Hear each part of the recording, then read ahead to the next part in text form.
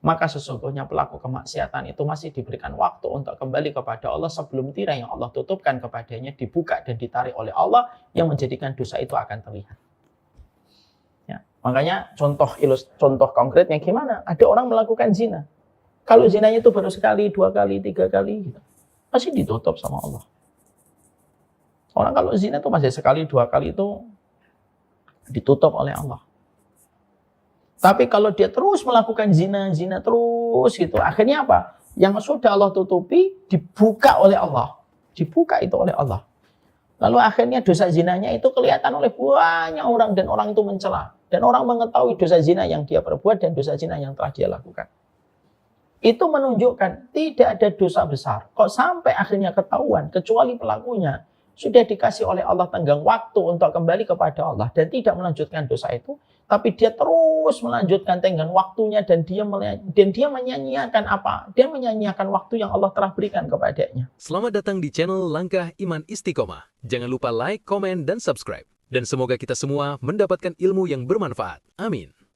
Alhamdulillah, tentunya senantiasa kita bersyukur kepada Allah atas setiap apapun yang Allah berikan kepada kita. Semoga setiap kenikmatan yang Allah telah sempurnakan di dalam kehidupan kita menjadikan kita semakin paham bahwasanya syukur itu merupakan konsekuensi ketika kita menjadi hambanya Allah. Allah begitu sempurna di dalam kehidupan kita. Allah menciptakan kita, Allah memudahkan kita beribadah. Allah juga memberikan gaji kepada kita kalau kita beribadah dengan gaji yang Allah siapkan nanti di akhirat. Allah juga memberikan seluruh perangkat yang kita butuhkan ketika beribadah. Bahkan ketika kita bermaksiat sekalipun Allah masih memberikan kepada kita kenikmatan. Apakah kita lupa? Kadang kita di kamar, kita bermaksiat, tetapi Allah tetap mengirimkan oksigennya untuk kita hirup walaupun kita sedang bermaksiat di dalam kamar. Itu sudah sangat jelas sekali untuk memberikan kepada kita bahwasanya Allah itu maha baik di dalam kehidupan kita. Syukur itu bukan karena Allah butuh syukurnya kita, tapi syukur itu merupakan konsekuensi ketika kita menjadi hambanya Allah. Tidak ada satupun yang ada pada kehidupan kita kecuali bagian dari karunia terbaik yang Allah berikan kepada kita. Kalaupun Allah memberikan kepada kita ujian di dalam kehidupan, bukan karena Allah benci kepada kita. Kadang-kadang ujian itu menjadikan kita terbentur, supaya kita senantiasa tersadar kemana arah kita harus berjalan ketika kita sudah mengalami benturan dalam ujian. Sehingga akhirnya kita kembali kepada ridhanya Allah dan kembali kepada rahmatnya Allah. Kalaupun Allah memberikan kenikmatan, Allah menyuruh kita untuk bersyukur. Karena bersyukur itu memberikan kualitas di dalam perjalanan kehidupan kita. Inilah yang menjadikan kita senantiasa mengerti. Sesungguhnya hati kita merupakan bagian terpenting untuk mengarungi kehidupan. Kita berjalan pada kehidupan kita dengan hati kita, bukan dengan kaki kita. Kaki kita itu hanyalah perangkat untuk memenuhi perintah yang diberikan oleh hati. Hati mengatakan jalan, kaki berjalan. Kaki mengatakan berhenti dan duduk, maka kaki pun berhenti dan dia akan duduk. Maka sesungguhnya komponen hati itu merupakan komandan tertinggi pada kehidupan ketika kita mengarungi kehidupan. Dan hati itu tidak akan bisa mengarungi kehidupan, memberikan perintah, instruksi kepada seluruh anggota badannya dan kehidupannya sampai komposisi hati kita ada 3. Yang pertama adalah syukur tanpa syarat. Yang kedua sabar tanpa tepi. Yang ketiga ridho tanpa batas. Itulah yang terus kita berikan di dalam kehidupan. Ketika Allah maha sempurna dan maha baik di dalam perjalanan kehidupan kita. Jangan sampai kita lupa. Allah itu maha baik. Kita mungkin masih melakukan dosa. Kita mungkin masih melakukan maksiat. Kita mungkin masih melakukan tindakan yang Allah murkai. Tapi kita tidak boleh lupa. Allah itu maha baik di dalam kehidupan kita. Bersyukurlah kepadanya. Bukan bahagia yang menjadikan kita bersyukur, tapi bersyukurlah. Pasti kita dibahagiakan oleh Allah di dunia dan di akhirat. Amin insyaallah.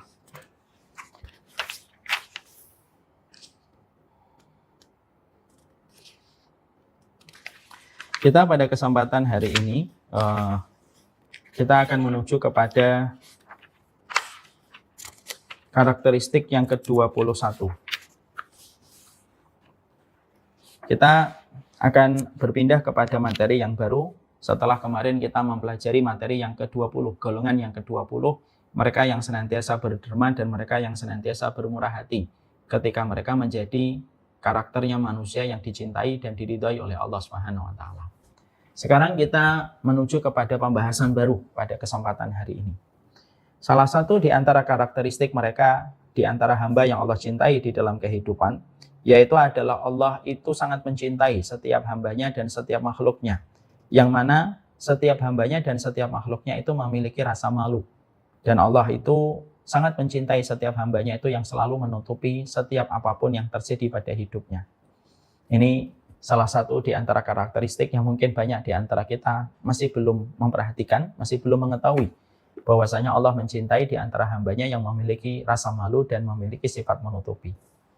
Kalau kita membicarakan tentang hambanya Allah yang mereka pandai sedekah, kalau kita mendapati hambanya Allah yang pandai sholat, yang mereka ikhlas, yang mereka selalu membantu, mengikuti jejak para nabi, yang mereka bersuci, mereka bertobat, itu kita sering mendengar. Tapi pembahasan kita pada sifat yang ke-21, mungkin banyak di antara kita yang belum memahami dan belum banyak memperhatikan. Salah satu sifat di antara hambanya Allah, salah satu sifat di antara hambanya Allah itu adalah, salah satu sifat hambanya Allah itu yang Allah cintai, mereka memiliki sifat malu dan mereka menutupi. Sekarang mari kita bahas dulu. Sebelum kita membahas bagaimana realisasinya dan bagaimana konkretnya kita sebagai hamba yang ingin dicintai oleh Allah ketika memiliki rasa malu dan ketika kita memiliki rasa untuk menutupi pada kehidupan kita, maka sesungguhnya kita harus memahami betul bahwasanya Allah sebelum menyuruh kita dan Allah menyintai kita ketika kita memiliki rasa malu dan menutupi, kita harus paham, Rabb yang kita sembah itu Rabb yang sangat pemalu. Dan Allah itu memiliki sifat maha menutupi. Dan itu dua sifatnya Allah yang melekat pada sifat kesempurnaan Allah. Berarti malu itu bukan sifat negatif. Itu sifat yang agung ketika dibawa kepada konteks dan makna yang benar. Sesungguhnya itu merupakan sifat yang sangat agung sekali. Dan Allah juga memiliki sifat satir. Satir itu maha menutupi. Dan sebelum Allah mencintai hambanya yang memiliki sifat menutupi, maka Allah itu memiliki sifat menutupi yang sangat kuat sekali, yang melekat, dan itu menjelaskan kemahasempurnaan Allah di dalam sifatnya.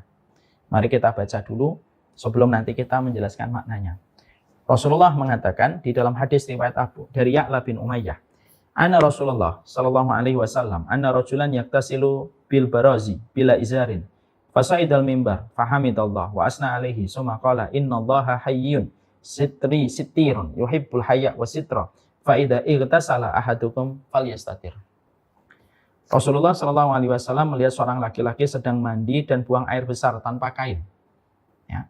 Jadi Rasulullah melihat orang mandi dan buang air besar tanpa kain.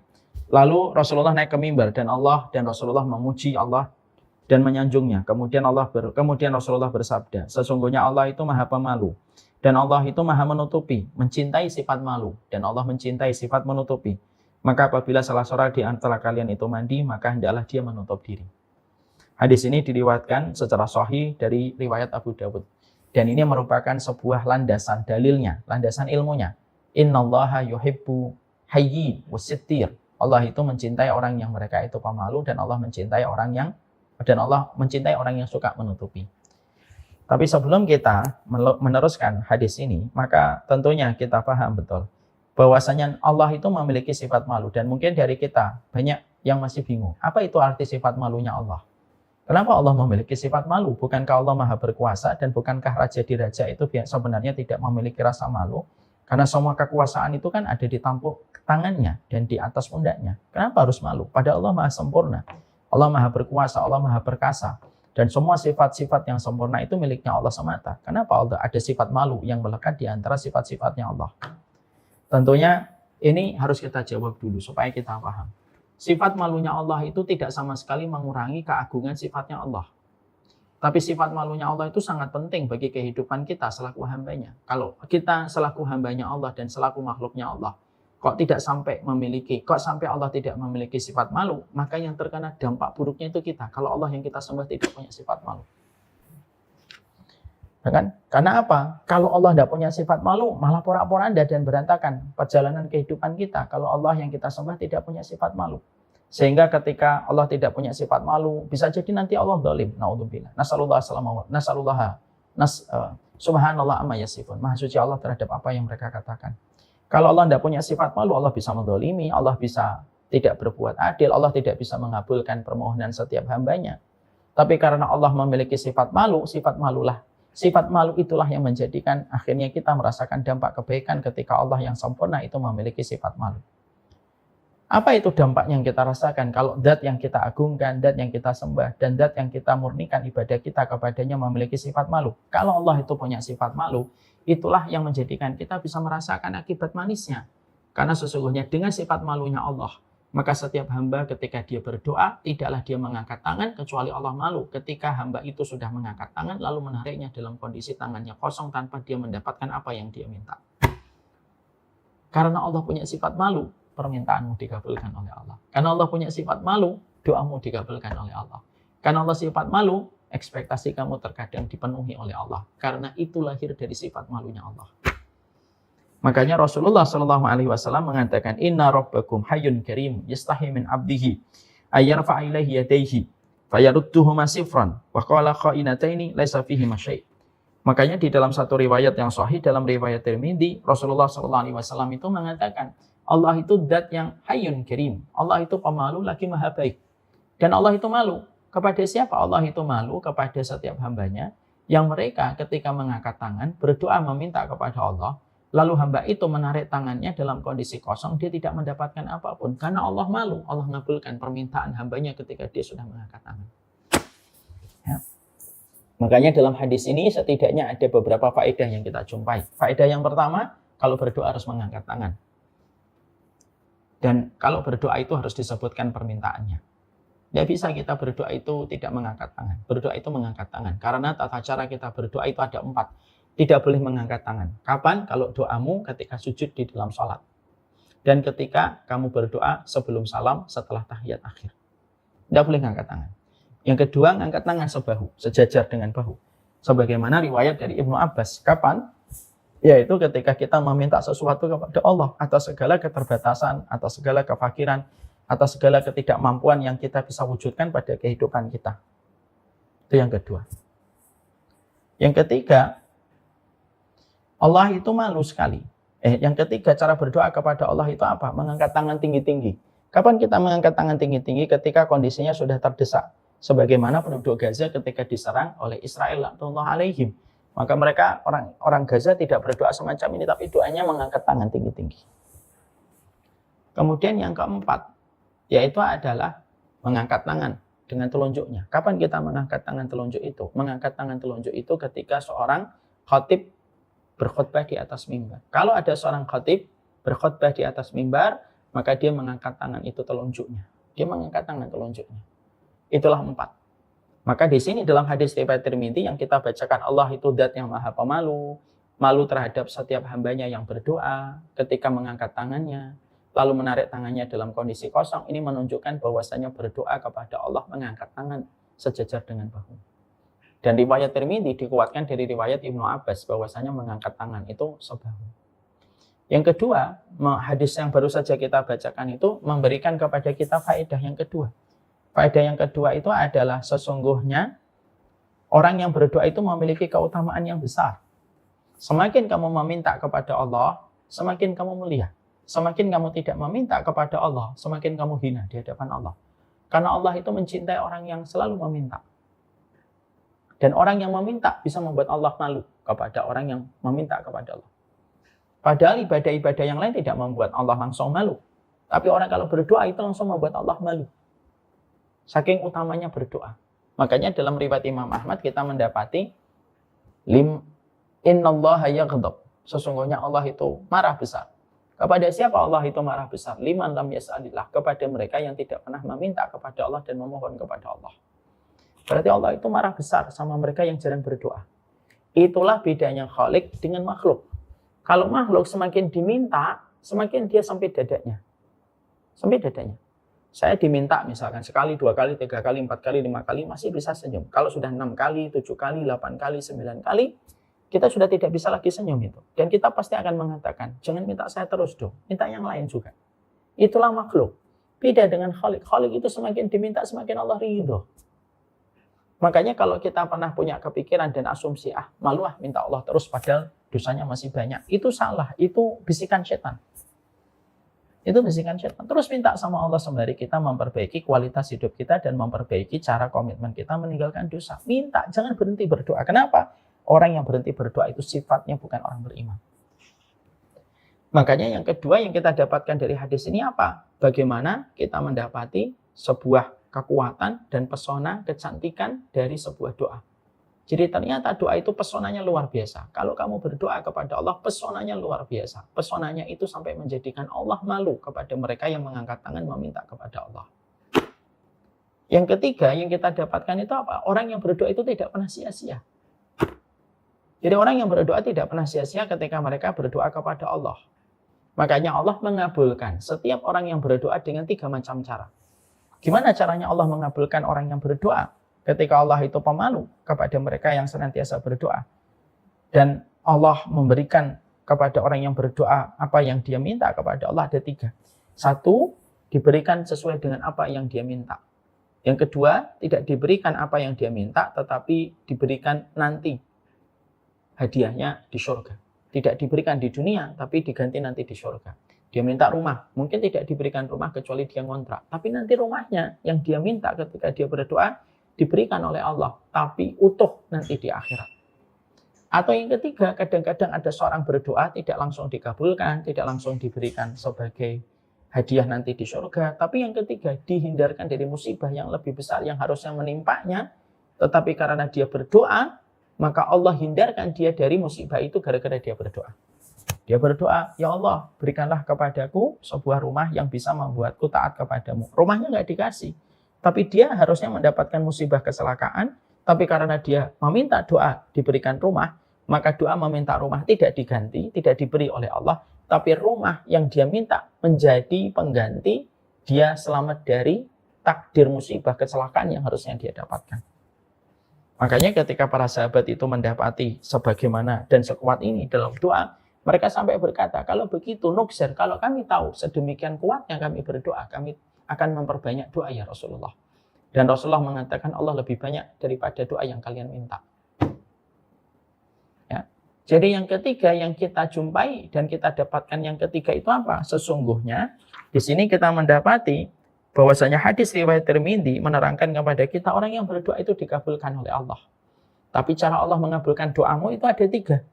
Dikabulkan langsung, disimpan untuk kebaikan akhiratmu, atau diselamatkan kamu dari sebuah musibah. Yang harusnya kamu dapatkan musibah itu, tapi karena kamu rajin berdoa, Allah selamatkan kamu dari musibah itu. Disebabkan doa yang kamu panjatkan. Dan itulah yang ada pada hadis Nabi Muhammad Muslimin. Yat'ullaha laisa fiha ma'samin wala qati'atu rahimin illa atahullahu iyyahu min ihda salasi khisalin. Yu'ajjal li da'watihi yu'akhiruha wa yasrifa anhu mislaha. Dan itu hadisnya. Yang keempat yang kita dapatkan dari hadis riwayat Tirmidzi ketika Allah mengatakan Allah itu zat yang maha pemalu, menerangkan kepada kita bahwasanya ketika Allah itu memiliki sifat pemalu, memberikan kebaikan untuk kita. Makanya kalau kita mendapati Allah itu tidak memiliki sifat malu yang melekat kepada kesempurnaannya, keagungannya, maka itulah yang akan menjadikan kita akan mendapatkan berbagai macam keburukan dan berbagai macam malapetaka dalam kehidupan kita. Kalau Allah tidak memiliki sifat malu. Makanya Allah ketika sebelum menyuruh kita dan mencintai kita, kalau kita pemalu, kalau wanita, kalau istri kita, anak-anak kita memiliki sifat malu, maka Allah sudah memiliki sifat malu padahal kehidupan sifatnya yang sempurna dan begitu agung. Dan itulah sifat malunya Allah. Allah juga menyampaikan di dalam hadis ini, dalam hadis yang lain, dalam riwayat Abu Dawud disampaikan, innallaha hayyun sittirun. Dalam hadis yang lain, Allah juga menyampaikan, Allah bukan hanya memiliki sifat malu, yang kita baca dalam hadis riwayat Tirmidzi dalam masalah doa, tapi diterangkan di dalam pembahasan yang lain, Allah itu juga memiliki sifat maha menutupi. Dan banyak di antara kita itu mungkin belum paham, apa artinya Allah itu memiliki sifat maha menutupi? Artinya, konteksnya itu positif. Konteksnya itu positif bagaimana? Artinya bahwasanya kalau Allah mendapati ada seorang hamba, ketika Allah memiliki sifat menutupi, Allah itu kalau mendapati seorang hamba melakukan dosa dan kemaksiatan, maka dosa dan kemaksiatan yang dilakukan oleh hamba itu tidak langsung dibuka oleh Allah, kecuali Allah menutupinya. Saking begitu sempurnanya Allah. Bukan hanya Allah itu Ghafur, bukan Allah itu Ghafar, bukan hanya Allah itu Tawwab, tapi Allah itu memiliki sifat Sittir. Allah itu menutupi. Ada tisu nggak? Sama air putih. Sehingga Allah itu ketika memiliki sifat menutupi, dan sebelum Allah mencintai kita selaku hambanya yang memiliki sifat menutupi, maka Allah itu maha menutupi. Makanya bergembiralah ketika Allah itu memiliki sifat maha menutupi. Karena dengan sifat maha menutupinya Allah itu kita merasakan kebaikan dalam kehidupan agama kita. Artinya konsekuensinya apa sih Ustadz kalau Allah memiliki sifat maha menutupi? Kalau Allah mendapati seorang hamba, dia melakukan dosa, maka tidak langsung dosa itu dibuka oleh Allah dan diperlihatkan oleh Allah kepada banyak orang. Tapi Allah itu menutupi hamba itu dengan dosanya supaya hamba itu bisa merasakan kasih sayang Allah, bahwasanya ketika dia baru berbuat dosa sekali, Allah itu menutupinya. Supaya dosanya ini tidak kemana-mana. Dan supaya dia tidak dipermalukan, tidak dihinakan. Kalau dia masih melakukan dosanya itu sekali, dua kali. Karena apa? Allah bukan hanya lembut menerima permintaan maafmu dan permintaan tobatmu. Allah itu saking lembutnya, Allah menutupi dosamu. Jadi ilustrasinya ini dosamu, Allah tutupin. Allah tutupin dulu. Ini maha menutupnya Allah.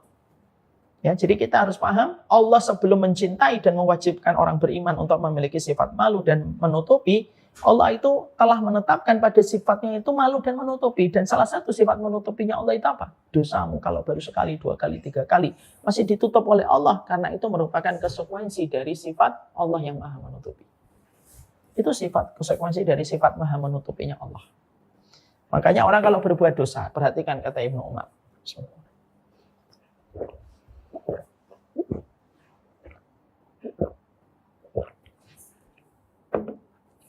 Makanya kita mendapati dan kita menjumpai. Apa yang kita dapati dan kita jumpai? Bahwasanya yang kita jumpai adalah Ibnu Umar itu berkata, kalau ada seseorang yang melakukan dosa, melakukan maksiat baru sekali, dua kali, tiga kali, itu masya Allah tutupi.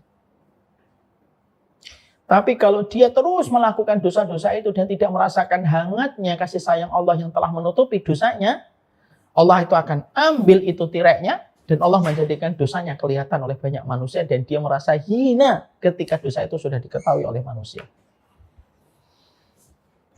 Itulah bedanya Khalik dengan makhluk.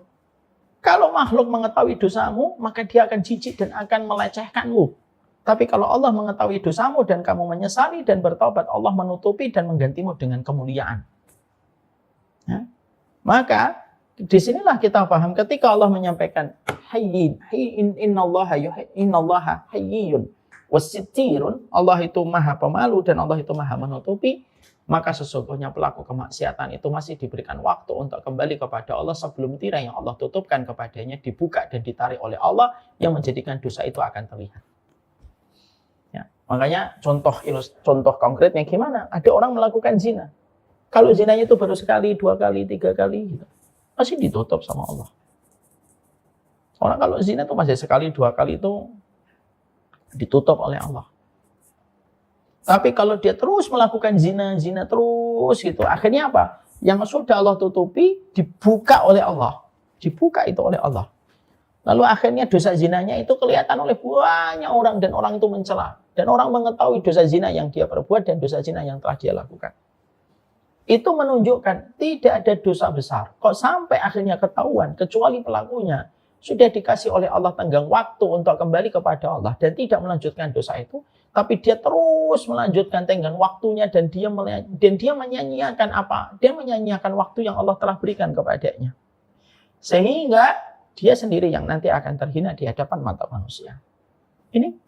Inilah yang kenyataannya, kata Ibnu Umar. Kalau dosa zina itu baru sekali, ditutup sama Allah. Kalau mencuri itu baru sekali, korupsi sekali, itu ditutup sama Allah. Tapi kalau sudah berulang-ulang dibuka oleh Allah dan disaksikan setiap orang. Itu yang kita harus paham. Karena Allah itu lembut dan di antara konsekuensi sifat lembutnya Allah maha menutupi. Ini ada satu kejadian, kisah nyata ini.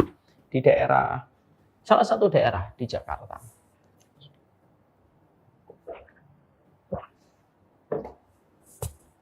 Salah satu daerah di Jakarta. Ada satu tempat masjid. Qadarullah, uang infak itu yang ada di kota masjid itu selalu berkurang. Kurangnya itu tidak banyak, 100, 200 gitu. Asalnya pertama-tama mungkin mereka tidak terlalu perhatian dan tidak terlalu notice. Kok ini kelihatannya kurang? Sampai akhirnya lama-lama, wah ini kelihatannya memang sudah berkurang ini. Dan pasti ada yang ambil. Dan mereka tidak pernah menduga dan tidak pernah bisa memprediksi siapa sebenarnya yang ngambil uang infak mereka. Mereka tidak bisa memprediksi. Sampai akhirnya ada seseorang, dia baru saja beli handphone. Jadi dia baru saja membeli handphone. Lalu ketika baru saja membeli handphone, orang ini termasuk salah satu merbot masjid. Lalu dia meletakkan di rak. Ada di rak itu, ada rak. Dan kotak masjid itu ada di depan rak buku. Rak Quran. Bukan rak Quran yang biasa ada di masjid-masjid, ada rak Qurannya. Maka handphonenya ditaruh di antara rak itu dan rak Quran itu. Iseng-iseng dia juga tidak mengharap apa-apa. Saat itu CCTV masih sangat jarang sekali. Ini kejadian mungkin sekitar 8 tahun, 9 tahun, 10 tahun yang lalu. Ketika saya masih di Pamulang. Akhirnya dia iseng-iseng meletakkan handphonenya yang baru saja dia beli untuk melihat kameranya. Dan diarahkan itu ke arah kotak masjid. Ke arah kotak masjid. Dia tinggalkan itu. Terus malamnya itu sebelum maghrib sampai isya, maka handphonenya masih jalan. Tengah malam jam 12-an beliau tertidur, beliau sadar, loh, handphone saya belum saya ambil gitu. Akhirnya dia ngambil handphonenya, iseng-iseng aja diputar balik. Lah, ketika diputar balik itu, qadarullahu ma yasha, ketahuan yang ngambil. Ketahuan yang ngambil, dan itu terekam, dan sesuatu yang tidak pernah beliau duga dan tidak pernah beliau rencanakan kalau itu akan terekam. Akhirnya orang tersebut ternyata juga mau merebut masjid yang lain. Dan akhirnya beliau ditangkap. Dihakimi, diinterogasi diinterogasi beliau di masjid gitu. Ketika diinterogasi di masjid, saya termasuk yang didatangkan untuk mencoba menengahi gitu. Saya tanya sama beliau, Bapak ini, Bapak sudah berapa sering Pak ngambilnya? Baru sekali 2 kali Ustaz. Saya langsung bilang, karena saya ingat tentang hadis ini, dan saya ingat tentang tentang perkataan Ibnu Umar, saya mengatakan, maaf Pak, bukan saya tidak percaya. Kalau Bapak baru sekali, tidak mungkin langsung dibuka sama Allah. Kalau baru sekali, tidak mungkin langsung dibuka sama Allah. Kalau baru sekali, 2 kali, pasti ditutup Pak. Bahkan sampai 5 kali pun masih ditutup sama Allah. Kenapa? Ustaz kok yakin? Iya, karena saya tahu hadis, innallaha hayyun sitirun. Allah itu zat yang maha pemalu, zat yang maha menutupi. Maha malunya Allah itu karena malu sama orang yang berdoa tidak dikabulkan. Saya ngomong gitu kepada beliau. Dan maha menutupinya Allah itu artinya adalah sesungguhnya maha pemalunya, maha menutupinya Allah itu apa? Kalau dosa itu baru sekali, 2 kali, 3 kali ditutup sama Allah, tidak pernah dibuka oleh Allah. Tapi kalau sudah melampaui batas dan kita tidak memperhatikan hints-nya, tidak memperhatikan petunjuknya dari Allah, nah Allah nanti ambil Pak. Dosa itu akan diambil supaya kelihatan. Saya tanya ulang sama Bapak. Saya tanya ulang lagi terakhir sama Bapak. Sudah berapa sering Bapak ngambil? Nah, barulah ketika saya menyebutkan hadis itu dan menyebutkan dalil itu, nah barulah Bapak itu langsung terdiam dan mengatakan, ya Ustaz, saya sudah lama. Sudah berapa lama Pak? Sudah hampir 3 bulan. Ambilnya sedikit, 100, 50, 100. Tapi kalau dalam 1 bulan kan lumayan itu. Dalam 1 bulan bisa terkumpul 2 juta, 3 juta. Ambilnya pelan-pelan 1, sehingga tidak kentara di antara tumpukan-tumpukan uang itu. Tapi disitulah akhirnya, insya Allah beliau adalah orang yang bertobat. Tapi disitulah kita akhirnya paham bahwasanya ini merupakan peringatan. Hadis ini memberikan kepada kita sebuah efek kebaikan. Supaya apa? Supaya orang-orang yang merahasiakan dosa selama ini, janganlah kamu berasa pada zona nyaman terus. Jangan kamu berada pada zona nyaman terus-menerus bahwasanya dosa itu akan terus bisa kamu lakukan. Makanya orang kalau pakai narkoba sekali, 2 kali, 3 kali tidak ketahuan polisi. Tapi kalau sudah 5 kali, 6 kali, 7 kali sudah pecandu, pasti nanti pasti meninggalkan jejak. Di antara intel-intel polisinya, itu dicari, itu pasti ketemu itu. Selalu dapat. Allah itu selalu memiliki sifat itu. Makanya Allah memiliki sifat maha menutupi. Disitulah kita paham, maha malunya Allah dan maha menutupinya Allah tidak dalam konteks yang negatif. Tapi justru maha malunya Allah dan maha menutupinya Allah itu membawa kepada kita konteks yang positif dan tidak sama sekali mengurangi sifat kesempurnaan dan keagungan Allah ketika memiliki sifat menutupi. Supaya setiap manusia ketika paham Allah itu maha pemalu, kita berdoa, tidak pernah kita berprasangka buruk bahwasanya doa kita tidak dikabulkan.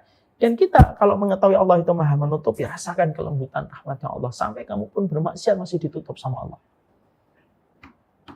Dan sama kan, orang kalau sudah melakukan selingkuh perzinahan gitu. Kalau itu baru sekali, 2 kali, 3 kali, ditutup sama Allah. Tapi kalau terus-terusan dia dan terus melampiaskan terus syahwat dan terus menerus, ya dibuka sama Allah. Pasti akan terbuka dan terkuak. Pasti akan terbuka dan pasti akan terkuak. Karena apa? Memahamkan kepada kita betapa rusaknya satu kemaksiatan ketika kita tidak memahami petunjuk dari Allah, ketika Allah sudah memberikan sinyal. Sudah, kalau dosa itu aku tutupi, kalau aku sudah tidak biarkan orang lain itu tahu, sudah, sebelum nanti dosa itu akan membuat kamu malu di hadapan manusia dan akan menjadikan konsekuensinya berat melanjutkan kehidupan kalau dosa itu sudah diketahui oleh banyak orang. Sekali lagi ya, kalau zina, kok tersebar zinanya, itu berarti zinanya sudah parah. Sampai Allah sebar zina itu kepada banyak orang.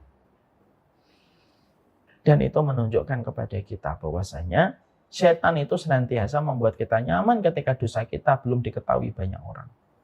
Tanpa kita sadar mengulang lagi, sampai Allah tarik. Dan Allah sobek tirainya. Kalau Allah sudah sobek tirainya, maka dosanya akan kelihatan banyak manusia. Ya. Memang kita itu pelaku dosa. Memang betul, siapa sih di antara kita yang bukan melakukan dosa? Kita ini pelaku kemaksiatan. Di kamar-kamar yang gelap kita ini pelaku kemaksiatan. Tapi setidaknya dengan kita memahami hadis innallaha hayyun karim, hayyun jitirun, akhirnya kita paham, akhirnya kita mengerti betul bahwasanya dengan memahami Allah itu bahwasanya Allah itu maha pemalu dan maha menutupi.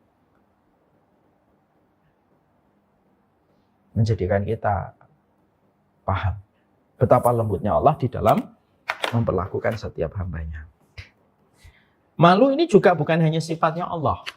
Di dalam riwayat yang lain juga disebutkan bahwasanya malu itu merupakan sifatnya para malaikat dan sifatnya para nabi. Makanya kenapa malaikat itu mereka ketika mendapati pasangan suami istri ketika berhubungan sampai melepaskan semua pakaiannya tanpa ada sehelai benang pun, maka malaikat itu malu. Mereka meninggalkan pasangan yang sampai tidak ada sehelai benang pun di antara mereka ketika bercampur. Karena sifat malunya malaikat itu. Sebagaimana para nabi pun memiliki sifat malu. Ya, karena malu itu akan memberikan kepada kita banyak kemuliaan dengan sifat malu. Dan sifat malu bisa menjadikan kita menahan dari berbagai macam perkara yang melampaui batas. Makanya orang sudah nggak punya malu, susah. Menghadapi orang sudah nggak punya sifat malu itu susah. Ini gitu. Nggak memberikan bukti apa-apa, kinerjanya masih berantakan, tapi merasa pede aja, nggak malu, itu susah. Ngadepin orang itu paling susah kalau nggak punya sifat malu. Makanya ada perkataan seorang ulama, kenapa malu itu sifatnya orang beriman? Karena kalau kamu tidak punya malu, berantakan, semua akan melampaui batas. Dan paling sulit itu kalau sudah berhadapan ketika orang itu tidak memiliki sifat malu. Orang kalau tidak punya sifat malu, sampai dosa yang dia kerjakan pun tidak akan pernah menjadikan dia berhenti dari dosa ketika tidak memiliki sifat malu. Makanya sifat malu melekat kepada Allah, melekat kepada para malaikat. Makanya dalam satu riwayat diterangkan oleh Bunda Aisyah radhiyallahu anha.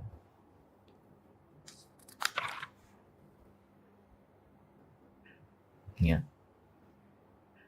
Diterangkan di dalam satu riwayat dari Aisyah, Rasulullah berbaring di rumah saya, sedangkan kedua paha beliau atau kedua betis beliau tersingkap.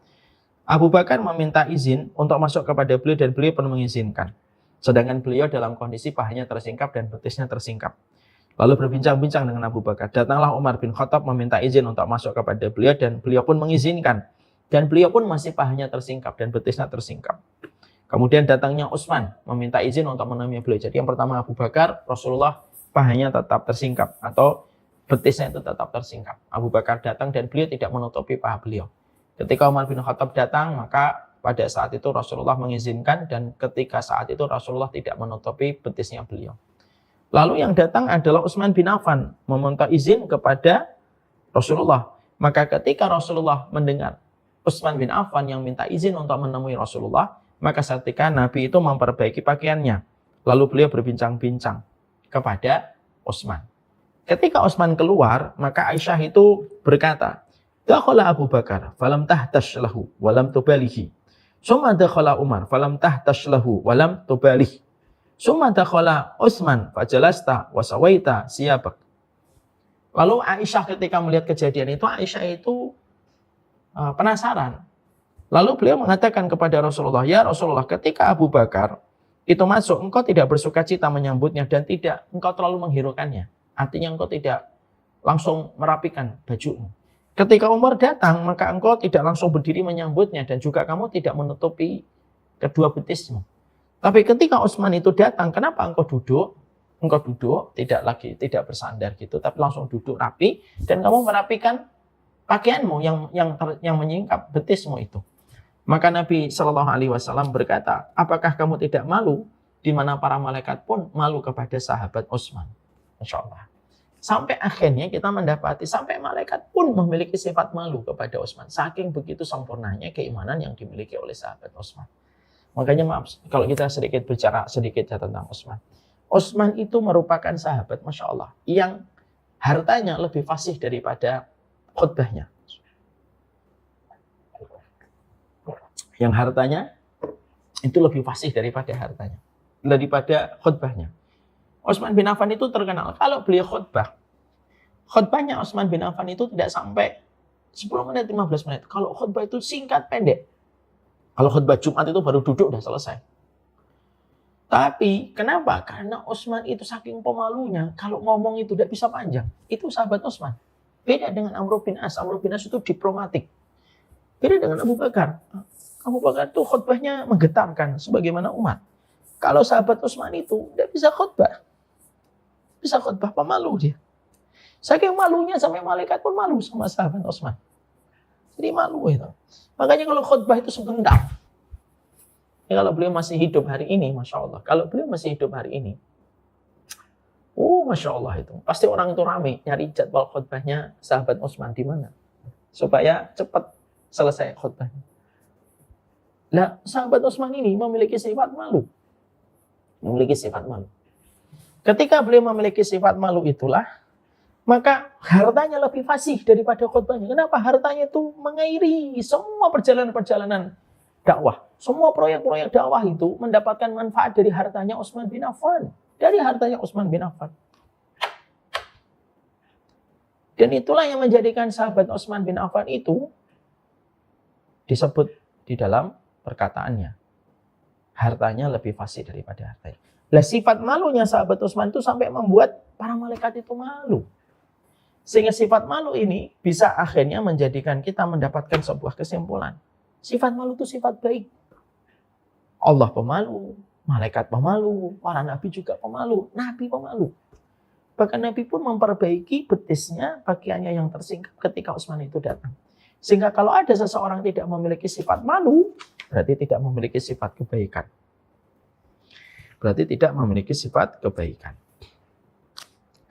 Makanya dikatakan oleh Abu Sa'id Al-Khudri radhiyallahu anhu bahwasanya di dalam satu hadis yang sahih disebutkan kana Nabi asyaddu haya'an minal adra fi khidriha fa idza ra'a syai'an yakrahuhu arafnahu fi wajhihi. Nabi itu pemalu, lebih pemalu daripada perawan di dalam pingitan. Jadi Nabi itu lebih pemalu daripada perawan di dalam pingitan. Apabila beliau melihat sesuatu yang tidak beliau sukai, maka seketika dapat kita ketahui dari wajahnya. Jadi wajahnya itu kelihatan. Dan Nabi itu bukan orang yang selalu ngomongnya itu apa adanya. Tidak ngomong langsung, maaf. Jadi Rasulullah itu bukan orang yang langsung ngablak ketika bicara. Jadi kalaupun mengingatkan itu mengingatkannya dengan lembut sekali. Tidak langsung ngablak, apa yang dipikir langsung keluar. Enggak, Nabi itu bukan tipe semacam itu. Bahkan terkadang kalau beliau mendapati sesuatu yang tidak beliau sukai, beliau tidak langsung ngomong. Beliau cukup kelihatan dari wajahnya itu nggak suka. Makanya Nabi kalau beliau makan, kelihatan sifat malunya. Kalau dia suka, dia makan. Kalau dia nggak suka, dia tinggalkan. Dan dia tidak komentarin itu. Sifat malu itu yang dimiliki oleh Nabi. Makanya inilah yang menjadikan kita memahami bahwasanya sifat pemalu di dalam kehidupan itu memberikan kebaikan. Makanya lalu Allah menyampaikan kepada kita supaya kita di dalam kehidupan kita memiliki sifat malu dan maha menutupi di dalam perjalanan kehidupan. Dan kalau kita membahas sifat malu, itulah yang menjadikan sifat ini bukan hanya berlaku untuk seorang wanita. Walaupun wanita itu yang paling utama itu memiliki sifat pemalu. Itu memang salah satu sifat syarat sahnya perempuan beriman itu harus memiliki sifat malu. Makanya kalau kita membaca di dalam Al-Quran, kita buka di dalam Al-Quran ketika Allah mensifati seorang wanita yang memalu, yaitu yang akhirnya nanti menjadi istrinya Musa, Nabi Musa.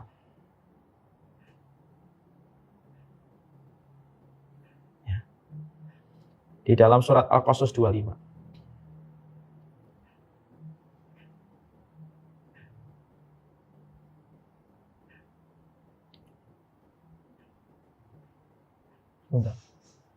Al-Qasas. Sebentar saya bukakan.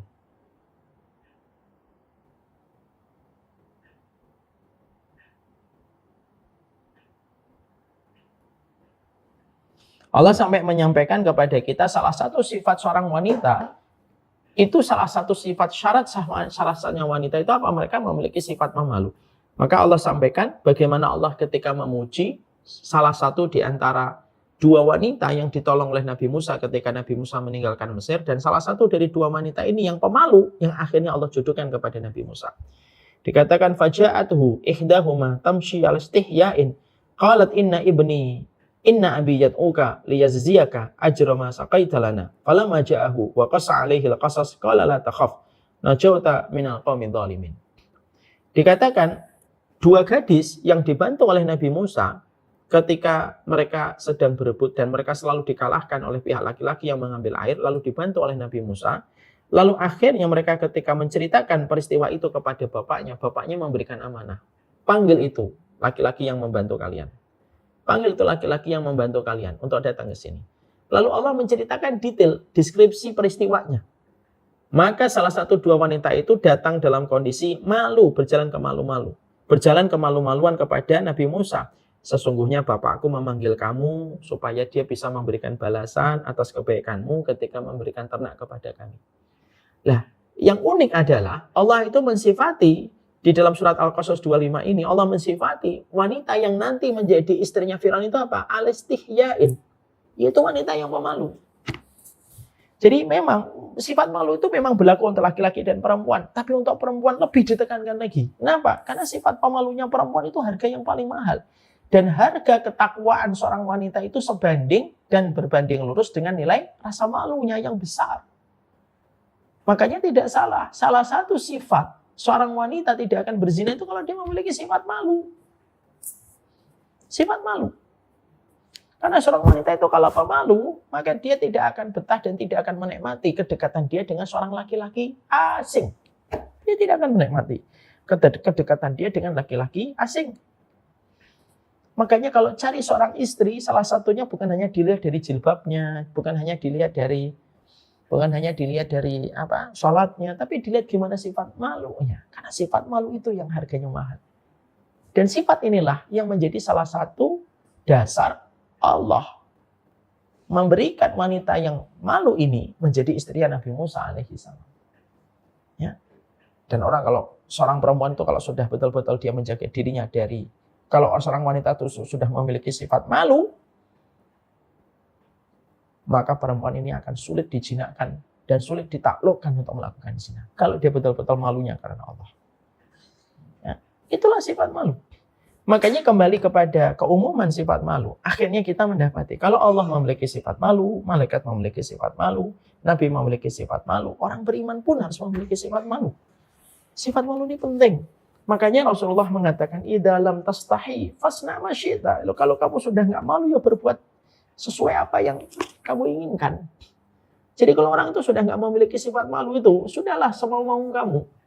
Kan kita sering dapetin, kadang-kadang kita sebel sama orang yang punya sifat malu. Sudah melakukan banyak kesalahan, kekurangan, tapi ya tetap masih pede aja. Karena tidak punya sifat malu kalau sudah dalam kondisi semacam itu. Sehingga akhirnya tidak salah kalau kita akhirnya menjumpai bahwasanya iman dan rasa malu itu bergandengan dan tidak terpisahkan. Iman dan sifat malu itu bergandengan dan tidak terpisahkan. Selama orang memiliki iman dan masih memiliki sifat malu, sifat malunya akan mengontrol dia dari banyak hal. Nggak salah dong kalau kita akhirnya menjumpai bagaimana pejabat di Jepang memiliki sifat malu yang kuat.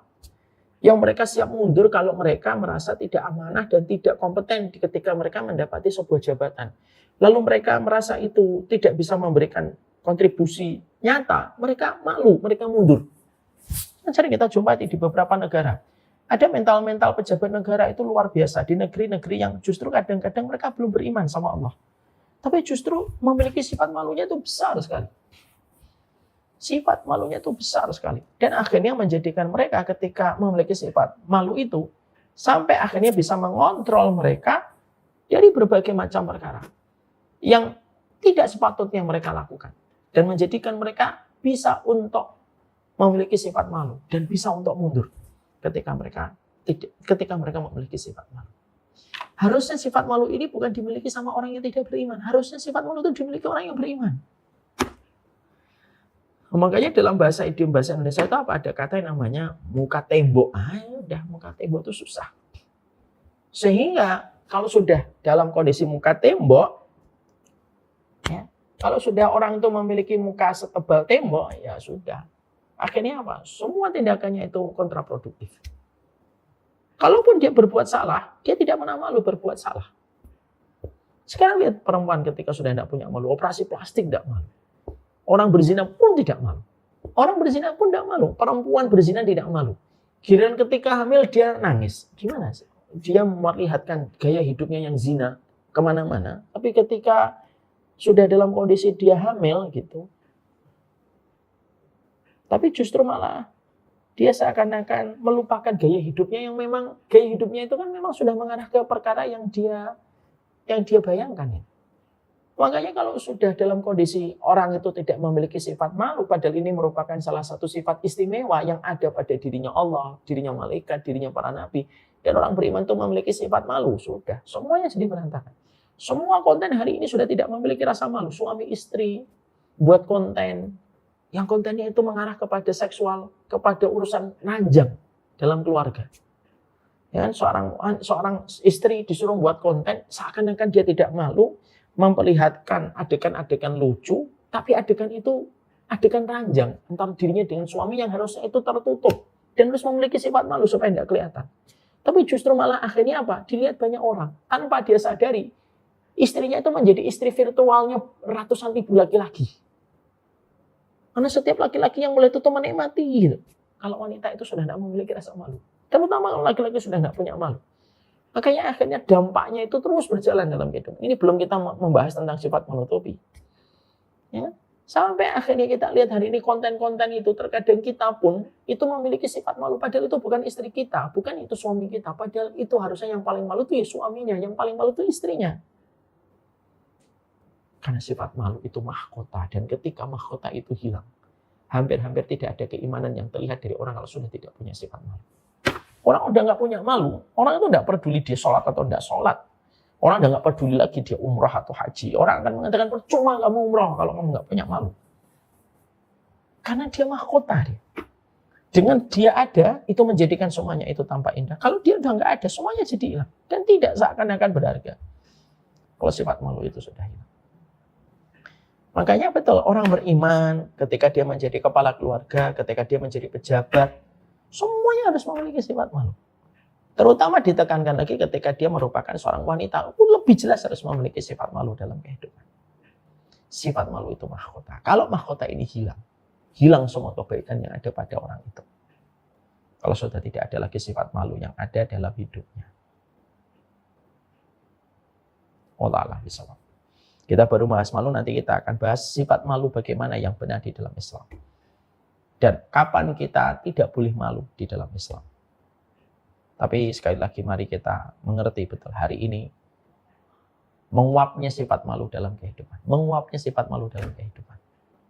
Jadi sifat kehidupan itu malunya sudah hilang. Sudah betul-betul hilang. Sehingga rusak seluruh fondasi-fondasi. Nilai-nilai agama, nilai-nilai bangsa itu hilang kalau sudah tidak ada sifat malu.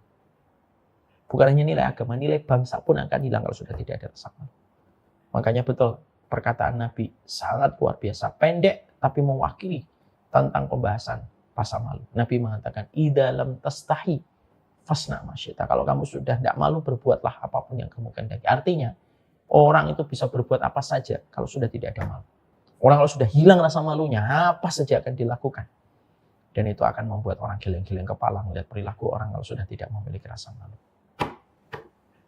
Inilah sifat yang ke-21. Sebelum Allah wajibkan kita untuk malu dan menutupi, Allah wajibkan kepada sifatnya yang penuh dengan kesempurnaan. Allah itu maha pemalu dan Allah maha menutupi. Sifat malunya Allah memiliki efek kebaikan untuk kita, menjadikan doa kita diterima. Sifat menutupinya Allah menjadikan kita menyadari betul. Kalau kamu berbuat dosa sekali, 2 kali masih ditutup sama Allah. Tapi kalau tidak berhenti dari dosa itu, sifat maha menutupinya Allah akan cabut, satarnya, tirainya akan Allah robek, dan akan kelihatan dosa itu di hadapan manusia. Kalau dosa itu sudah dilihat oleh semua manusia, kamu akan hina di dunia, di dalam sisa kehidupanmu.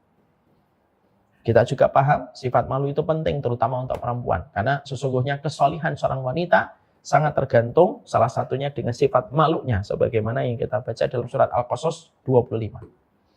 Di sini juga kita paham, sifat malu itu merupakan mahkota pada kehidupan iman. Kalau tidak ada rasa malu, maka orang akan melampaui batas dalam perjalanan hidupnya. Ini part yang pertama, insya Allah kita akan teruskan pada bab berikutnya. Semoga kita memiliki sifat malu. Dengan sifat malu, kita tidak akan semena-mena. Dengan sifat malu, kita akan memenuhi setiap amanah dan setiap kewajiban. Orang kalau malu, dia akan betul-betul bersungguh-sungguh menyelesaikan setiap amanah yang dibebankan kepadanya. Janganlah orang kafir, janganlah orang yang non-muslim lebih memiliki sifat malu dibandingkan orang yang telah mendapatkan wasiat dari Nabi. Malu. Kalau kamu tidak malu, berbuatlah apa saja yang kamu inginkan kalau sudah tidak punya memiliki malu. Mari budayakan kembali malu. Malu bukan hanya sunnah, malu itu merupakan nilai kehidupan bangsa ini dengan sifat malunya. Wallahu a'lam bishawab. Saya akan teruskan insya Allah, ini bab yang pertama. Kita akan lanjutkan bab yang kedua dalam pertemuan kita berikutnya. Wassalamualaikum warahmatullahi wabarakatuh.